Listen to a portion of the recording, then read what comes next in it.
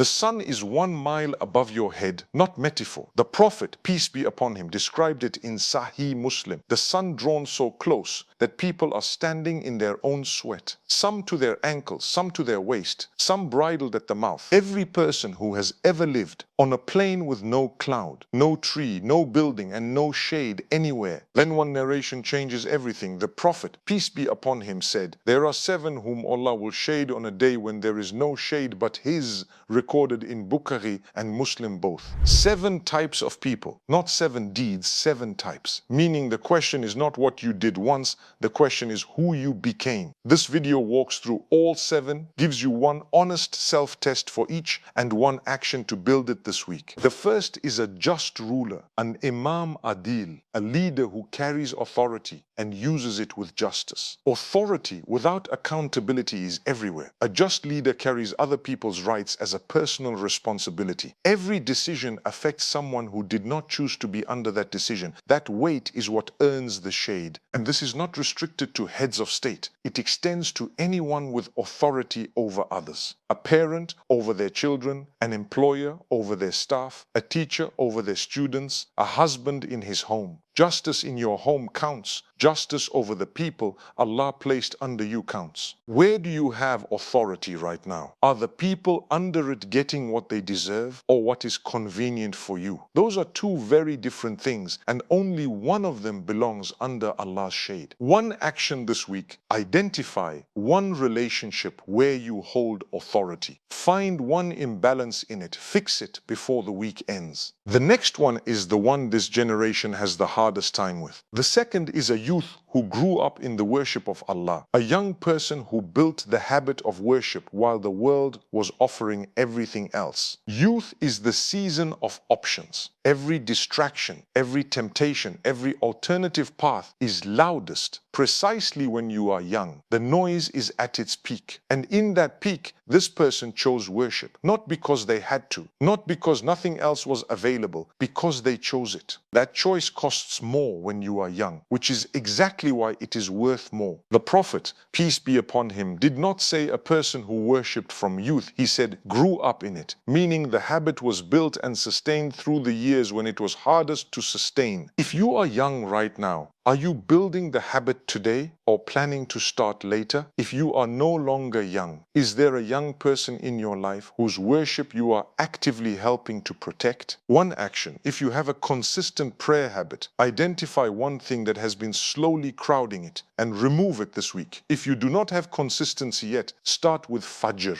just Fajr. That is the most honest starting point. The third one is not about what you do. It is about where your heart lives. The third is a person whose heart is attached to the mosque. وَقَلْبُهُ مُعَلَّقٌ فِي الْمَسَاجِدِ. The word mu'allaq means suspended, hung, not someone who visits the mosque, someone whose heart is hanging there even when the body is not. The mosque has become optional for most Muslims. Jamu'ah when possible. Ramadan if the schedule allows. Sometimes Eid. But the attachment described here is something different entirely. A person who leaves the mosque already thinking about when they are coming back. Their week is organized around the prayer times, not squeezed between them. When you leave the mosque, is your next thought about when you are returning? Or do days pass, full days, without the thought crossing your mind at all? One action: add one salah in the mosque this week that you would normally pray elsewhere. The same salah, the same masjid, every week. Consistency builds the attachment. The body goes first, the heart follows. Comment 3 if you want your heart to be attached to the masjid. The next one catches people off guard because it is about a relationship, not a ritual. The fourth is 2 people who love each other for Allah's sake. They meet for it and they part for it. Notice both directions. Not just that they love each other, not just that Allah brought them together. They meet for His sake and they separate for His sake. The friendship is held together entirely by Him from the first moment to the last. It is not a friendship that happens to include religion. It is a friendship whose entire foundation is Allah. Most friendships are built on something else. Shared history, shared humor, shared interests.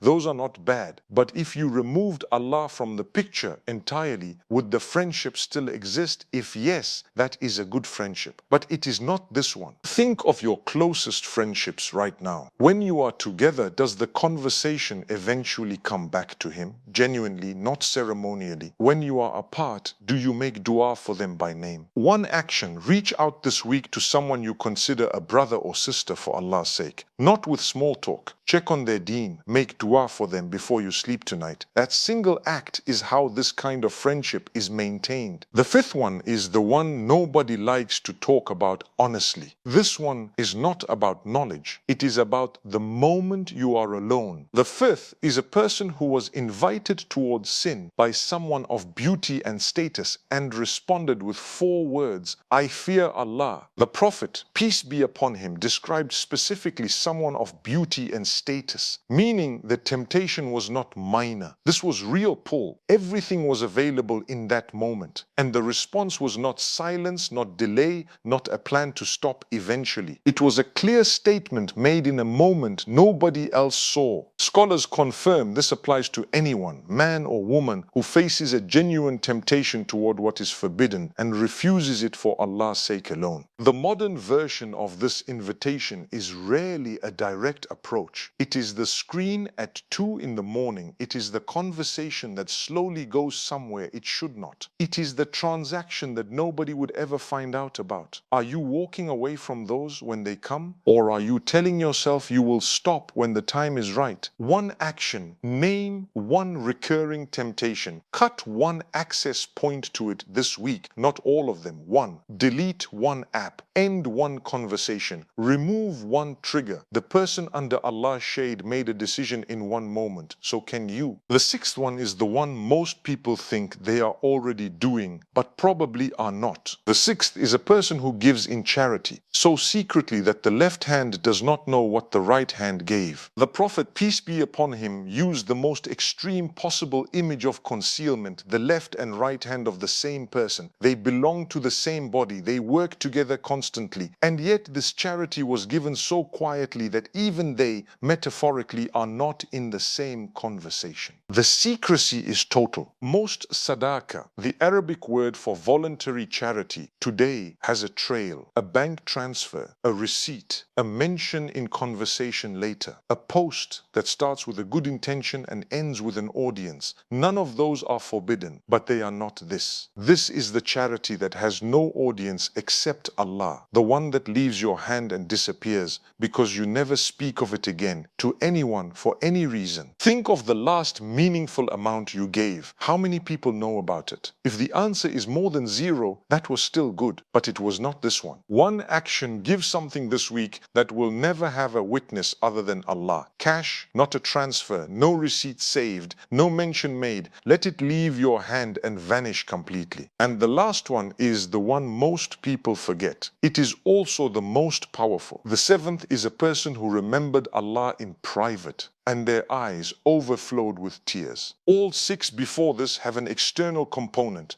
A ruler acts, a youth worships, a person gives. Even the one who resists temptation is responding to something outside themselves. This one is entirely internal. This is what happens between you and Allah when there is no audience at all. Not even the possibility of one. The word used in the Hadith for the eyes, that they overflow, implies the tears come from the inside, not performed, not crying because the moment calls for it, not because someone might see. This is the private moment where the reality of Allah, His greatness, His mercy, your complete dependence on Him lands with enough weight to move the heart without anyone there to witness it. Solitude is the rarest thing in 2026. The phone fills every silence. Every gap gets covered. A genuinely private moment with Allah requires a deliberate choice to be alone, to stay there, and to let the quiet do what the quiet does when you stop filling it. When was the last time you were alone, phone in another room, nothing playing, and you turned that silence toward Allah? Not as a performance, not because someone was watching, just you and Him. One action tonight, 5 minutes, phone away, make dua in your own words, not a recitation. Ask for what you actually fear. Ask for what you actually want. Let it be real. That is where this starts. Drop in the comments which of the 7 you are working on this week. Just the number 1 through 7. 7 types. 4 actions you can build starting this week.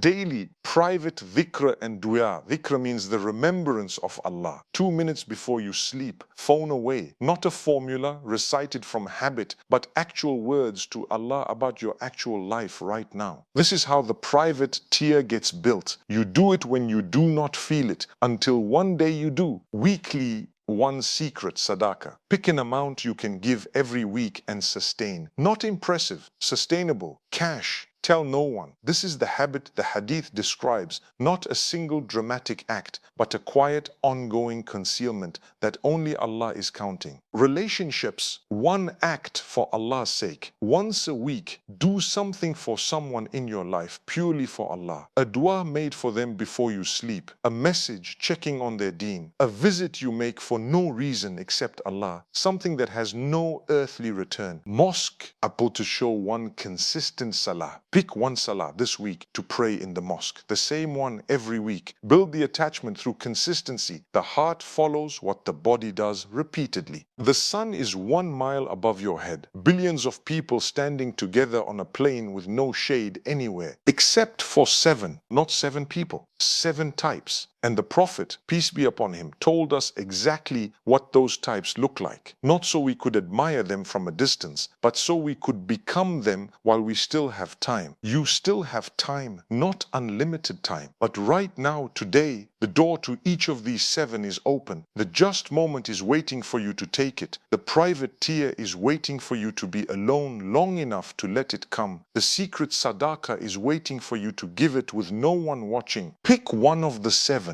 Not all 7. 1, the one that sat heaviest when you heard it. Start there this week and share this with 1 person you want standing in that shade with you.